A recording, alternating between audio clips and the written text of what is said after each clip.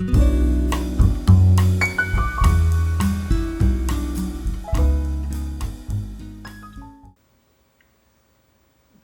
guys, Alec back here again. All right, the topic of the day is going to be valuation of your business, small business, mid-sized business, whatever size business you have. And I did want to make a comment because I've had some people get in touch with me and ask me about the whiteboard behind me. I track certain things on the whiteboard, and the reason I do that is not because I'm technologically challenged. It's because it's constantly in my face. There's certain things that need to happen that are at the top of the list. So they're behind me on the whiteboard, and you might want to consider having one of your own. I would definitely suggest it because it is very useful, regardless of the fact that it is ancient technology. Anyway, valuation. I'm going to talk about valuation. First, I want to talk about many business owners that I have run into. Many. Man, there's so many I can't even tell you how many. I can't count that high. Why hasn't your business? I asked the question. Why hasn't your business done better? Why haven't you had more sales? Why are you at your current level of sales? Why have you had similar sales for the past 3 to 5 years? And the answer almost always is, well, I'm satisfied with how we're doing. I don't want to hire more employees. I don't want more complication. Okay, those are all excuses. Why would you do that? I don't understand. If you don't know how to expand your business without creating more work for yourself, that is a limitation on your knowledge. Now, the knowledge exists out there. I'm one of those people that can help you with that because I've done it many times.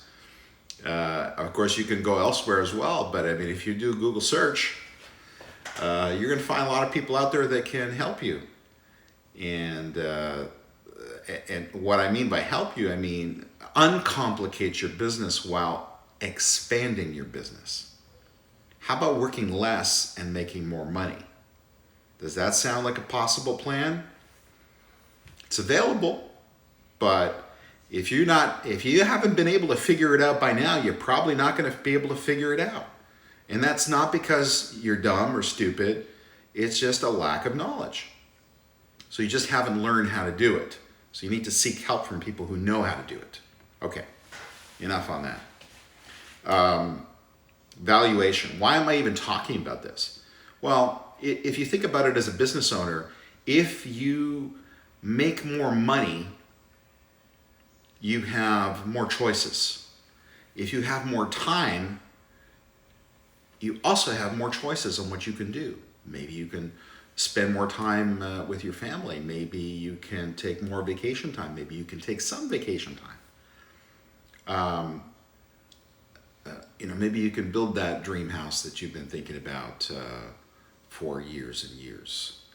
Maybe you can retire earlier.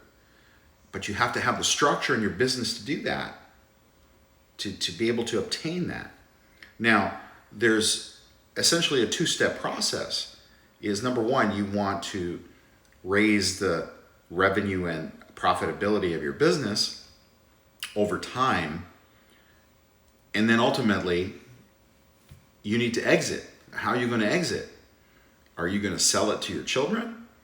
Are you going to sell it to people you know? Is there going to be a management buyout? Is it going to be an outside company buying it? Is it a third-party person going to buy it? Is it going to be a private equity company going to buy it? Ultimately, when you exit, you're going to get a lump sum of money, or you're going to get some sort of, let's say, monthly payment that will go on for some number of years in terms of to pay you for your some deferred payments to pay for your business, to purchase your business, and then you'll be collecting that money over a period of time. So it'll be a lump sum. probably some lump sum, maybe all lump sum, and then possibly some monthly payments or some quarterly payments. I mean, there's a million different ways that it can be possibly organized. But eventually you need to exit. So that your exit value is based on how much revenue you're generating at the time of sale. Now, the revenue is one thing. The other thing is, and the most important thing is your earnings before income taxes, depreciation, and amortization, normally known as EBITDA. What is your EBITDA? What is it in the company? If it hasn't been growing, well, that's not good. You can talk about COVID all you want, but outside external factors will always be able to potentially affect your business. But the effort that we put within the business and the structure that we have within the business is entirely within our control. So unless the government shuts you down, I mean, sorry, there's no excuses. It's all upon yourself as a business owner in terms of what you're doing to make your life easier, better for your workers, and more profitable. The question is, are you doing it? And if you're not, you should be. And if you don't know how, seek the help to help you get there. It's not going to happen overnight, but it can be done sequentially over a period of time. So my point is, and I'm going to go through a graphic right now where you can see the impact of EBITDA, your earnings before income taxes, depreciation, and amortization, has, the multiple of that, has on the selling price of your business. So let's go to that graphic right now.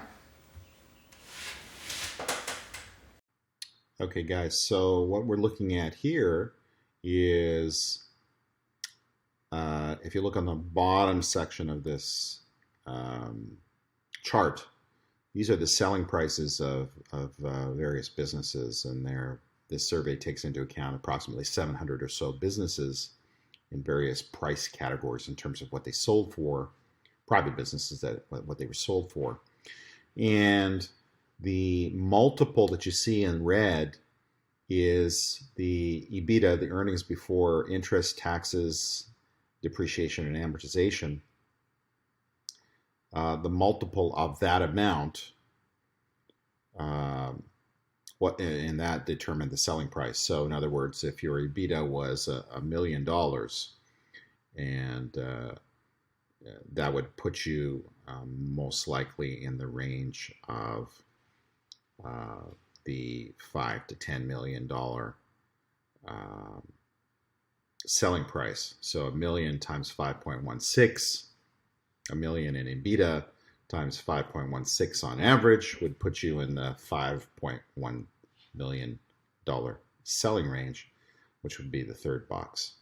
So that's essentially how it works. And what you will notice is the trend here goes higher depending on the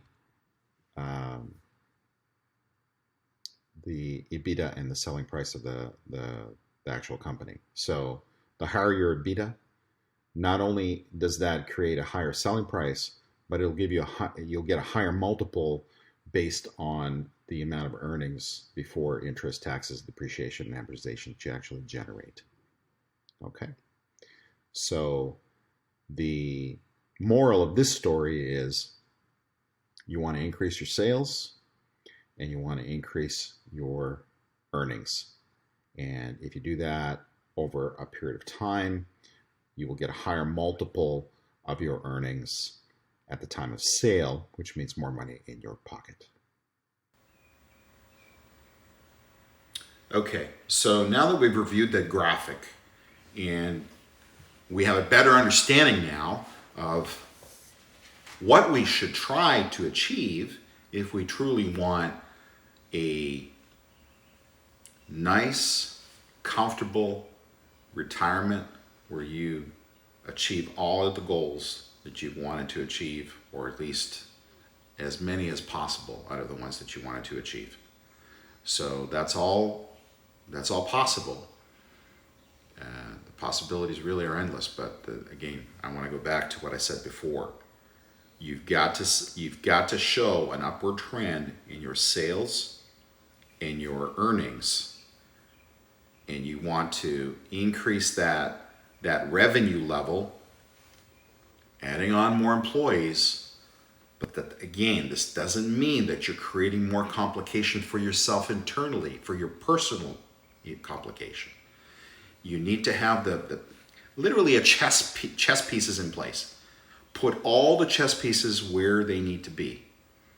Okay, this again goes, and I've talked about this before. If you haven't seen my videos regarding structure, the organizational structure, organizational chart, and the power of that, you should go and do that. Check that out. So having that structure in place allows you to focus on the business of the business and oversee from on a higher level, and have the horses in place and the people in place that have the motivation, the knowledge, and the temperament to drive your business forward. And if you don't have that in place, again, that has to be done. It has to be done over a period of time. And anybody can do it with the proper knowledge. So again, if you're short on knowledge, there's nothing wrong with that. People can help you with that. And our company is, and myself is one of those that have done this for many, many small and mid-sized businesses. We can help you. Anyway, fun fact of the day. According to the National Institute of Environmental Health Sciences, NIH, a shrimp's head contains its heart. So the shrimp's heart is actually in its head. Fun fact.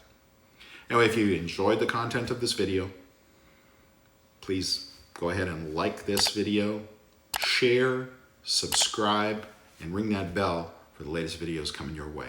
Until next time, keep raising your profit.